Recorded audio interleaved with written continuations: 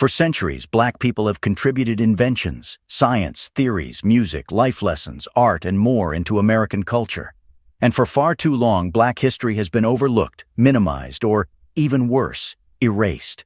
Yet there's no question that the contributions of Black people influence every part of how we live today, from the art and culture we consume to the rights we have and are still fighting for. It's true that you can't learn about hundreds of years' worth of contributions in just one short video. But we've rounded up 10 interesting Black history facts to get you started. They will not only clear up some common misperceptions, but will hopefully inspire you to learn about the great contributions of Black people all over the world. Before we get right into the video, please smash the like button and subscribe to the channel to keep informed of our eye-opening Black narrative. Number 10. Hattie McDaniel, the first African American to win an Oscar, was not allowed to attend the premiere because she was Black. Despite rampant racism and a consignment to bit parts, Hattie McDaniel was able to carve out a place for herself in Hollywood. She paved the way for many African American women, but not without her fair share of obstacles. For her performance as Mammy in the 1939 hit movie Gone with the Wind, she was rewarded with an Academy Award that year for Best Supporting Actress, becoming the first African American to win the coveted prize. However, when the movie premiered in Atlanta at a star-studded gala, she and other Black actors in the film were not allowed to attend because of Georgia's strict segregation laws. Georgia's Jim Crow laws at the time did not recognize Black people or the achievements of Black people. This goes even further to prove how Black people can persevere and how Black success cannot be stopped even in the harshest environments. This simple setback didn't slow her down as Hattie went on to star in over 300 films, was inducted into the Black Filmmakers Hall of Fame in 2006. She was also the first Oscar winner to appear on a postage stamp. While Hattie enjoyed success, not everyone was happy about her roles. The NAACP said Hollywood's roles for African Americans were narrowed to servants or characters whose main purpose was being comically slow and dim-witted. Hattie was criticized for settling for lesser roles than her white colleagues. Despite this, Hattie went on to have a stellar career. Number 9. Beyonce is the most Grammy Award-winning artist of all times. Beyonce is an incredibly successful and talented Black artist who has made history in the music industry. She has achieved everything possible in the music industry, and she holds the record of the most Grammy Awards of all time, with 32 trophies to her name. Beyonce's career began as a member of a group called Destiny's Child, and she later became a solo artist. Her talent in singing, performing, and writing songs gave her a breakthrough into mainstream music where she quickly became a force to reckon with. She won her first Grammy Award in 2001 with Destiny's Child for a song called Say My Name. Since then, Beyonce has won a total of 32 Grammy Awards, which is more than any other artist. Beyonce's impact goes beyond just winning awards. She uses her fame to support and uplift the Black community. Her music also often talks about important social issues and celebrates Black culture. One of her albums, called Lemonade, is particularly meaningful as it explores themes of being a Black woman and finding strength and empowerment. Number 8. In 1992, Mae Jemison became the first African American woman in space. It took until 1992 for the first African American woman to be sent to space. Mae Jemison was more than just an astronaut, though. She was also a medical doctor and an accomplished dancer.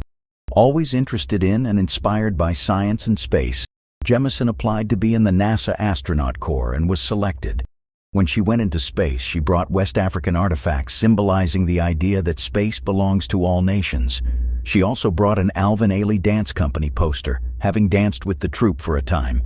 Jemison was inspired by Martin Luther King Jr. and succeeded despite the obstacles her race and gender created.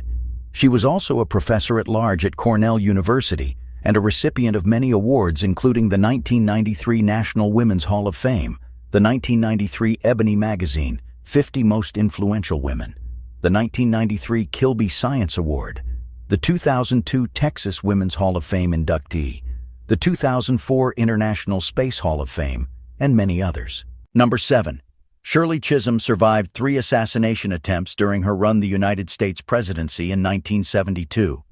Unbought and unbossed. Those words ring loudly as a mere speck of Shirley Chisholm's legacy. Chisholm, born and raised in Brooklyn, became the first black woman elected to Congress in 1968. After 4 years as the New York representative for the 12th Congressional District, Chisholm announced her run for the presidency. In that moment, she became the first black candidate for president from a major party and the first female candidate to run for the Democratic Party's nomination. In doing so, she challenged countless norms and shattered innumerable barriers which had stood since the dawn of the United States. But it was far from easy. She had to sue her way into televised debates and survived multiple assassination attempts along the way. Throughout her campaign, Chisholm focused on empowering women and minorities, encouraging them to engage in the political process and strive for leadership roles. She passionately advocated for women's rights, equal pay, and accessible health care, becoming a staunch champion for those who had long been marginalized and overlooked. Despite this frightening experience, Shirley Chisholm didn't give up. She kept campaigning and inspiring others. Her bravery showed that violence couldn't stop her or the progress she wanted to make. Shirley Chisholm's campaign would open doors for future generations of women who wanted to run for president. Number 6. Cathay Williams, once enslaved, disguised herself as a man to serve in the U.S. Army after the Civil War. In 1861, Cathay Williams was freed from service at the Johnson plantation by the Union Army and immediately pressed into service as a cook and washerwoman for the troops. Despite being forced to travel around the country with General Philip Sheridan's troops for 5 years, Williams found a new sense of purpose in working with the troops, so much so that she enlisted in the 38th Infantry Regiment in 1866 as William Cathay. Because women were prohibited from military service, Williams disguised herself as a man.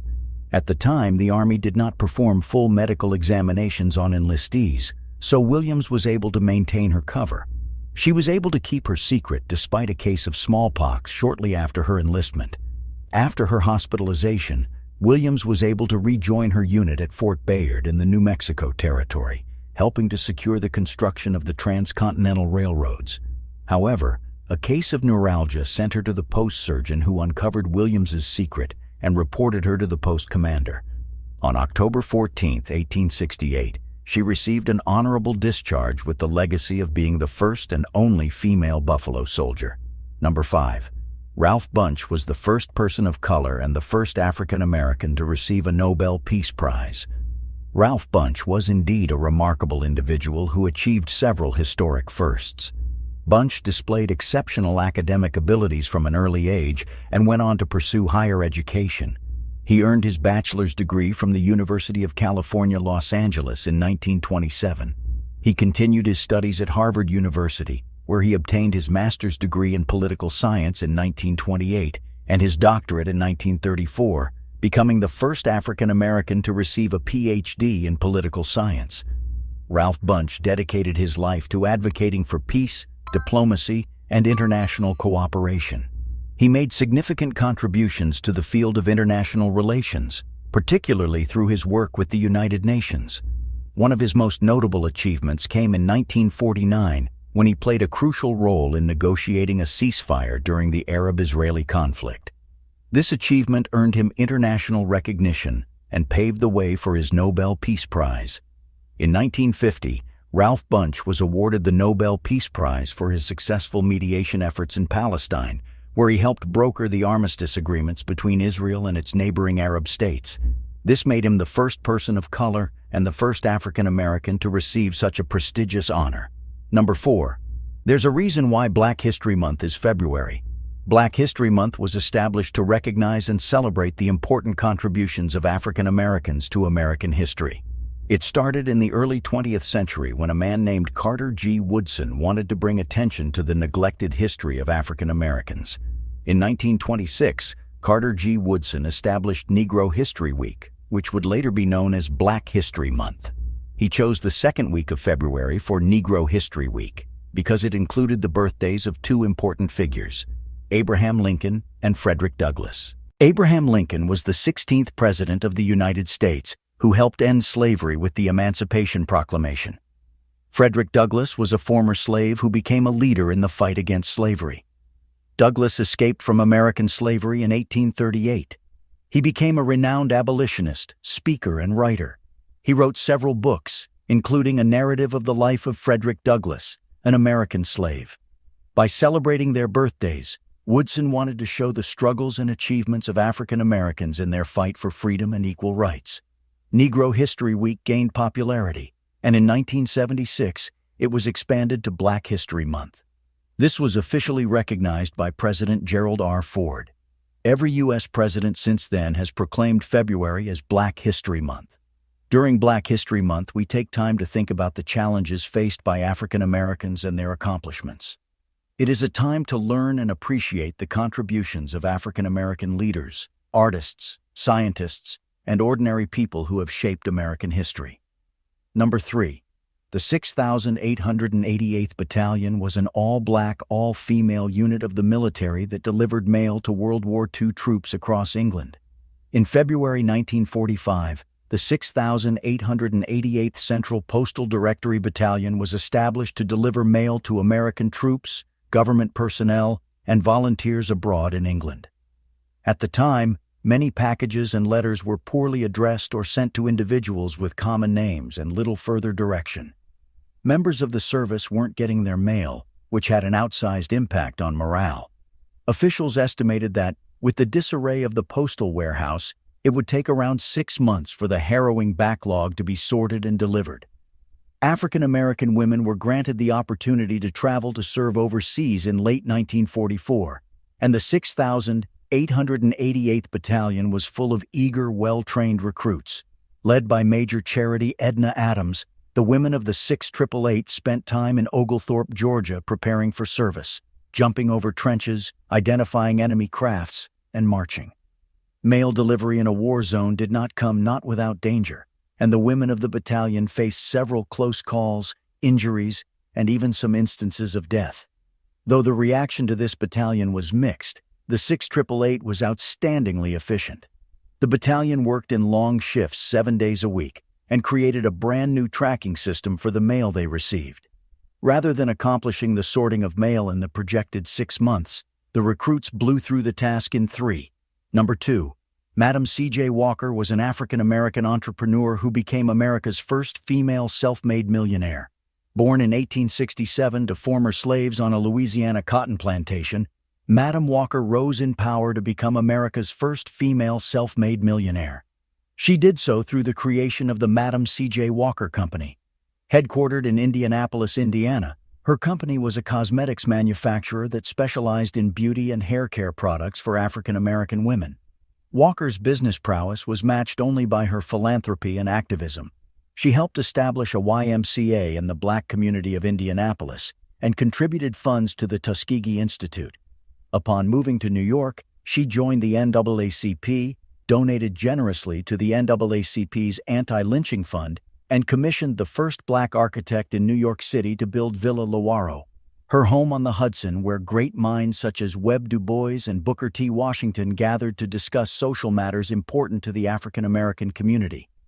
By the time of her death in 1919, she was known not only as a remarkably successful African American business owner, but one of America's most successful entrepreneurs of all time. Number 1. The 3-light traffic signal was invented by a black man named Garrett Morgan. Garrett Morgan, despite facing obstacles such as limited education and being the son of a man who had previously been enslaved, achieved remarkable success and became the inventor of several significant creations. One of his most renowned innovations was the invention of the 3-light traffic signal in the year 1923. One fateful day while Morgan was driving, he witnessed a severe car accident at an intersection. This incident sparked a brilliant idea in his mind: to enhance the existing traffic signal by adding a 3rd light that would serve as a warning to drivers about an upcoming red light. With a determination to improve road safety, Morgan diligently pursued his idea. At the time, traffic signals were primitive and often ineffective, causing confusion and accidents on the roads. Morgan's solution was to create a 3-light traffic signal that would provide clear and visible signals to drivers. The first light was green, indicating that it was safe to proceed. The second light was yellow, indicating that the driver should slow down and prepare to stop. The third light was red, indicating that the driver should stop. After putting considerable effort into developing his invention, Morgan's hard work paid off when he was granted a patent for the three-light traffic signal in 1924. This groundbreaking invention proved to be highly effective during its initial trials, leading to its widespread adoption across the country.